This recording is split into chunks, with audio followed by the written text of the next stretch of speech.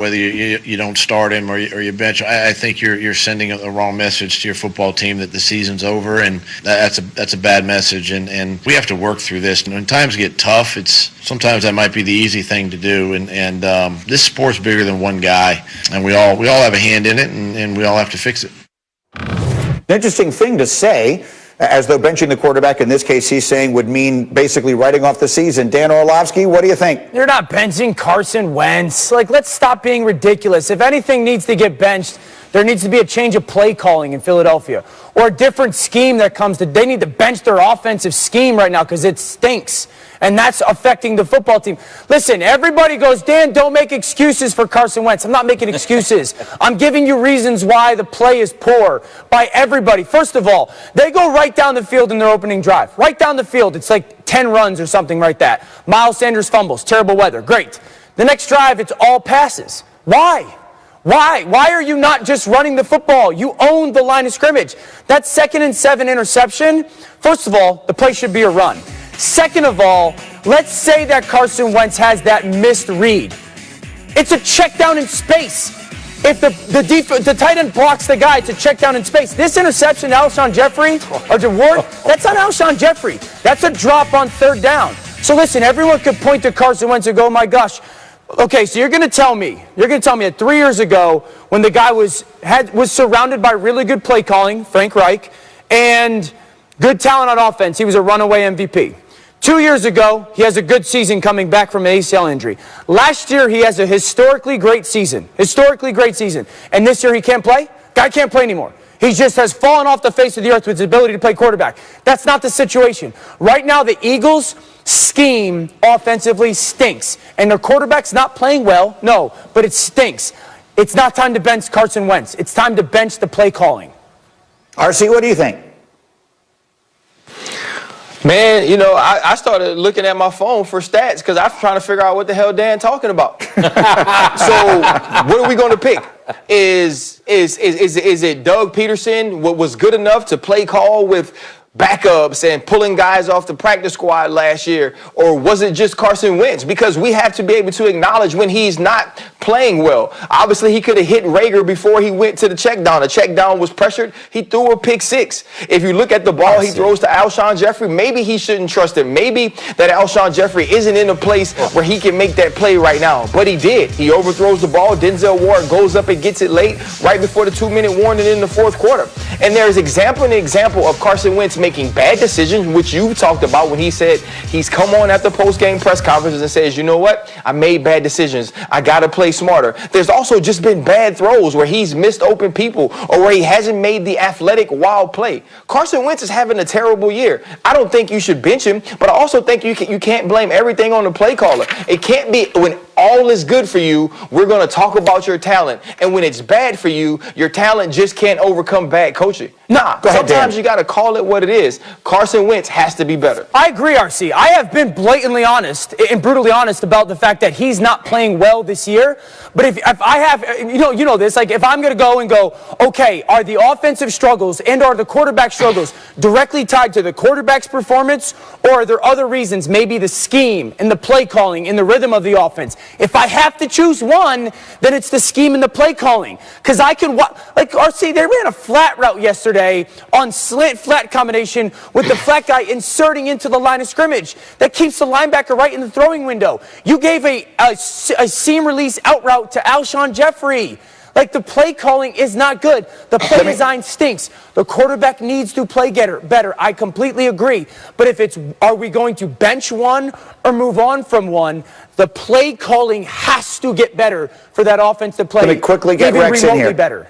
Very quickly, Rex. Would you, if you're the coach in that situation and you're watching what you're watching, would you be thinking of benching the quarterback? No, because you see who's behind him? Okay. Jalen Hurts, there's no way. And so, to me, you can't bench him. I think their biggest problem, they have no one to throw to either. Carson Wentz is 27th in the league. Came home still unbeaten, 10-0. It's Ben Roethlisberger's longest career win streak since he won his first 15 regular season starts back almost 20 years ago. Meanwhile, Patriots had over 360 yards from Cam Newton, but not enough to overcome the Texans. At 4-6, New England now 3 games back in the AFC East and 2 games out of the final wild card spot. And then terrible news for the Bengals and for the entire sport. Rookie Joe Burrow taking the big hit during the game yesterday against Washington, had to be carted off the field with a leg injury. It appears he will miss the rest of the season, and I say it appears as such because he said it.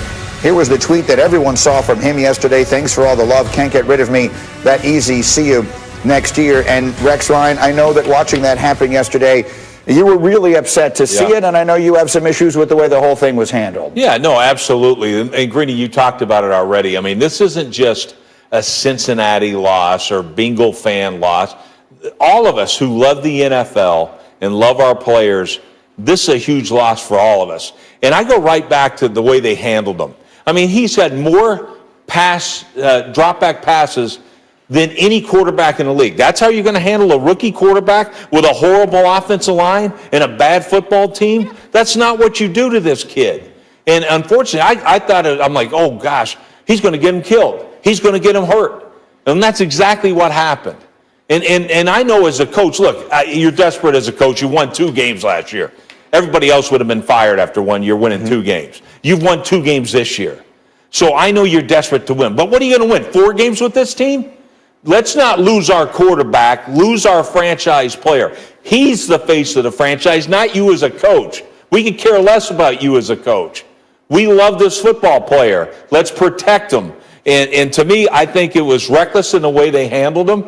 And look, it's unfortunate. I know the coach is remorseful about it now, right, but we saw it coming the whole season. A lot of people did say it, to the point. It's not really the second guess. We've heard lots of people question, including Mike Tannenbaum on this show. I've heard Amy Trask said it. Heard you say it. They're putting him in harm's way. They're playing with fire. Yesterday, down he goes. We won't see him again this season.